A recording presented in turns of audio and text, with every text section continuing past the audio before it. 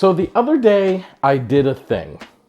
I have always had a dream, something that I never thought I would be able to do, something I never thought I would pursue, and that is to do stand-up comedy. When I was a kid, I idolized Eddie Murphy and Richard Pryor and all of those people that could get up in front of an audience and make people laugh. I grew up in knowing that life was so challenging, and one of the most amazing things you could do was laugh, and the idea that I could do something to make people laugh, it just always excited me. So I did it. I decided that I would take a stage at a real comedy club and try to make people laugh. And it was something. So anyway, I want to share this video with you. I want you to see what happened, and I want to talk to you about what I learned from going through this process. Coming to the stage right now, real funny dude, all the way from Boston, my boy, all the way from Big Town, yeah, Boston Tea Party, Elliott Connie. Y'all clap it up, y'all clap it up, y'all clap it up, y'all clap it up. There you go. Thanks, man. Well, this is super exciting for me. This is my first time ever doing stand-up. But it's a dream come true. I've always wanted to do this, and I'm probably not going to be somebody that tells a bunch of jokes with punchlines or things like that. But I've had a really interesting life, and that interesting life has given me some super funny stories. And I think, so one of the things that happened to me, I think it's something that we don't talk a lot about. Hollywood makes movies about the opposite of what happens to me, right? People live in a super rich area, and then something happens and they live in a poor area. Well, the exact opposite happened to me. I lived in a super poor area, then something happened in my life and I moved to the suburbs. And it's funny because when they make movies about the opposite, they talk about how unsafe it is, but it's actually just as unsafe to be from the hood and move to the suburbs. So let me explain, let me tell you what I mean.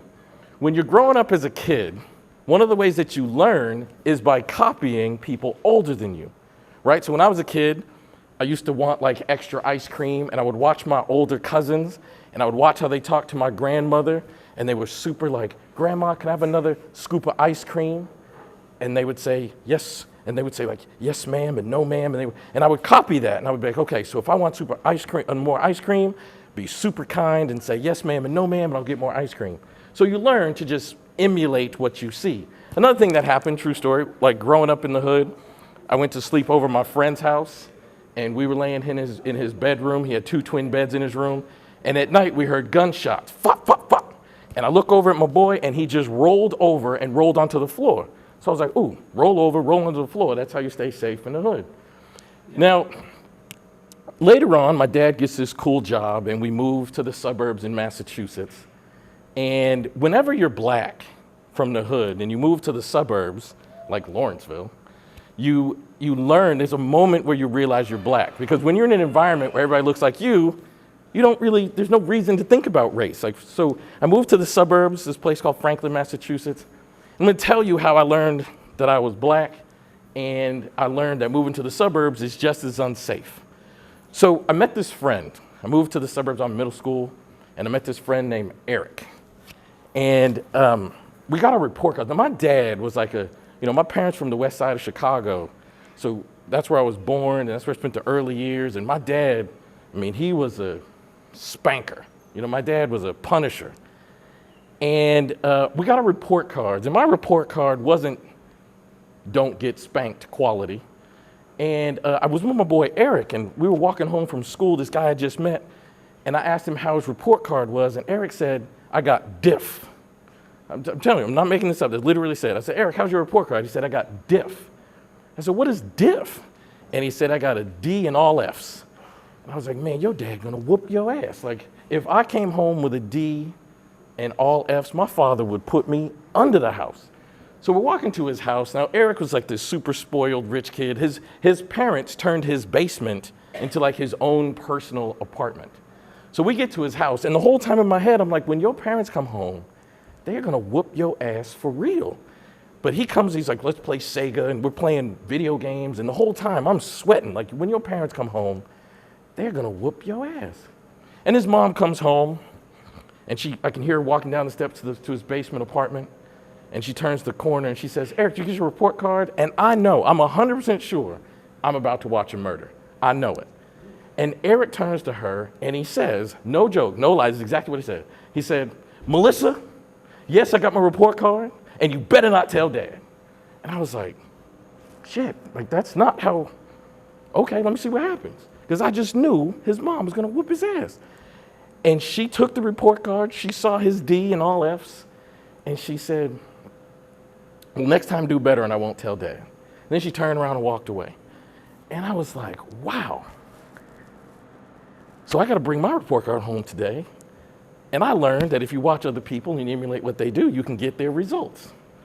So I went home. My mother said, you get your report card? I said, yes, Mom, I got my report card. I handed my report card. I said, Jeanette, you better not tell Dad. And after she stopped beating me, and I'm not making this up at all, I was dumb enough to hand my mother the report card, I'm telling you it's true, to hand my mother the report card while she was sweeping the kitchen floor. So I walk in the house, my mom said, get your report card? I said, yes. I said, Jeanette, you better not tell Dad.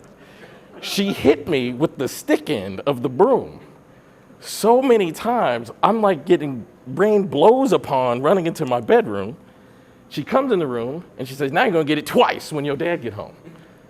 My father comes home, she shows my report card, and sure enough, I got my ass whooped second time.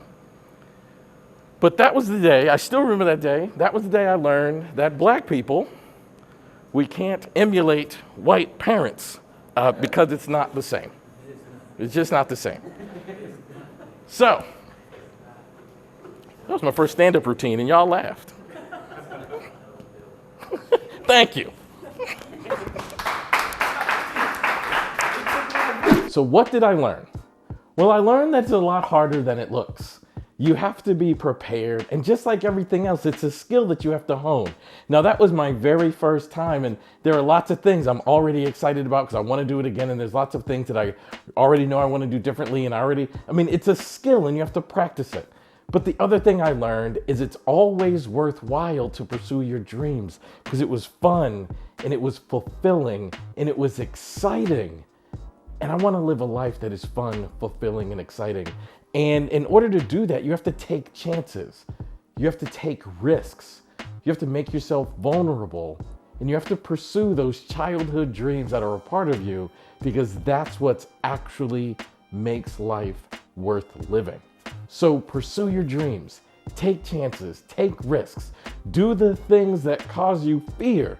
And I promise you, you will come out on the other side a better version of yourself from having done so. So, you just saw my first comedy routine, but the one promise I'm going to make to you, it will not be my last. And make sure you like this video, share this video, and subscribe to my YouTube channel so you can keep up with all of the videos I'm going to be putting out there, and I promise they're going to inspire you and make you laugh.